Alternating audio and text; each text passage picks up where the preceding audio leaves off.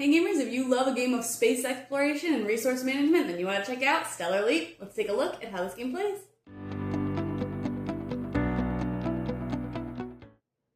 In this game, players are trying to have the most prestige by the end of the game. They can earn prestige by completing various missions, discovering new planets and asteroids, increasing their population, and fulfilling their hidden traits objective. On a player's turn, first they would move any of their exhausted population over to the unexhausted side, and then they would go ahead and roll these dice here to produce resources. So as the orange player, I'm pretty happy with that roll because I will produce on the 6, and my opponent, the white player, will not produce because I did not roll a 5. You would produce on any of the dice you rolled plus the sum of them if it is less than 6, so in this case, I would produce on 2, 4, and 6 because of that, but with my original roll, I'm going to just produce on 6, and I could get 2 resources there. Maybe I'll take food and water.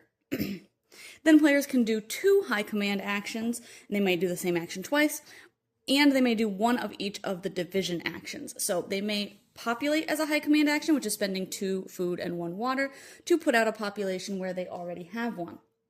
They may tax, which is just gaining 2 resources of their choice. They may discover, where they'll take 2 of the cards off of one of the planets, safe or dangerous, and then they'll decide what they want to put out. They can draw either planets or asteroids potentially in either of those decks, and if they put out a planet or an asteroid, they will put one of their player chits on it to say that they are the one that discovered it, and then that will just determine some other things that will be accessible to players. Planets, of course, can be populated in the future, and they'll get more resources as they come out, just as the home planets do. And asteroids will start with a die on them that players can go to them to mine in the future, and they'll roll the number of dice that are allocated on the pips of the one die, and they'll get a certain resource depending on what kind of asteroid it is, plus the highest die roll that they rolled. So maybe if those were out, like I said, you would have a die on here to show that it can still be mined for extra, and you have extra die rolls to go with that. And then again, the planet would just eventually, hopefully, be populated. The final high command action is to attack. So if I had 2 of my player pieces here and the white player had 1, I could choose to attack because I have more than them, and then they would have to scatter to another planet. So in this case, they might go back to their home planet, and then I would get one of their chits to earn me some points at the end of the game. Those are all of the different high command actions. Again, you can do 2 of those on your turn, and then you can do 1 of each division action. So division actions are intel, which is to complete a mission if you have the correct resources to spend. You can mine, again, if you can come to this planet by spending the appropriate movement, and then you can mine for the resource on it. You can also labor, which is to move one of your people to the exhausted area and get the immediate resources that are listed there. Again, if you have only exhausted people on a planet, then they will not be able to get resources if that number is rolled. But they will come back at the beginning of every turn. Players will also have to check if they have triggered any events on their turn. Events will happen if a solar system is filled, so a whole row is complete. If all players have at least 3, 6, or 9 population. If 3, 6, or 9 asteroids have been discovered. If a whole tier of missions is complete. Or if a planet deck is depleted. When that happens, players will draw one of the event cards and then just resolve that as necessary. They may gain or lose resources. It may have an ongoing effect that lasts until the end of the game. There's a lot of different options there. The game will play until 6 events have been resolved. Players will then finish that round, and whoever has the most points will win. They will calculate points based on any missions that they've completed are worth points. They'll get points for how many things that they've discovered and population that they've created and attacks that they've made.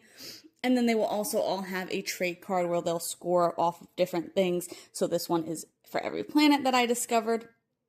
And then 1 for every 4 resources. That bottom bit, everybody has something that they'll score for resources. It'll just vary a little bit depending on what the actual trait was as well. So you'll calculate all of that. The player with the most points wins, and in a tie it is the player with the most discoveries, and then the player with the most population.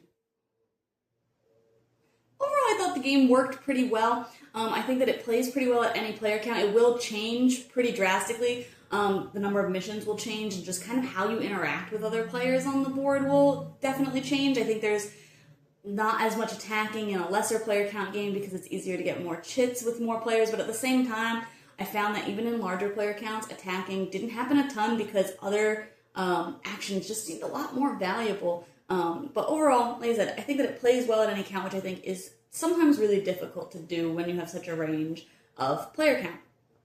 I like that everybody's going to have their own unique trait, and that's kind of just what they're going to get points off of, but I like that everybody is doing the same actions. It's not super asymmetrical in that nature, so I think that works for kind of a smaller scale space exploration game.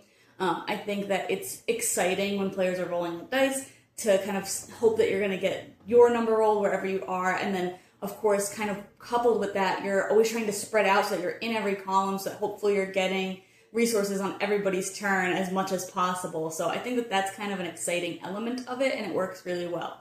I think that the events are kind of hit and miss. Most of them aren't too bad and actually give players things or speed up the game in some way. There's a couple that will take things away, but overall I don't think they're too bad. I can be kind of put off by events sometimes in games, but I think that these work fine. Again, most of them are pretty good and actually give the players things, so I don't mind them. I thought, like I said, I mentioned the traits. Most of them are feel pretty even. A lot of them are in regards to population. So because you have 10 population, they kind of cap out at about 30 points. But there are a couple that you can get more points off of potentially. So some of those seem a little bit stronger than the population ones. And then there's a couple related to resources, which I thought seemed a lot weaker because I thought it was really difficult to just have a ton of resources at the end of the game.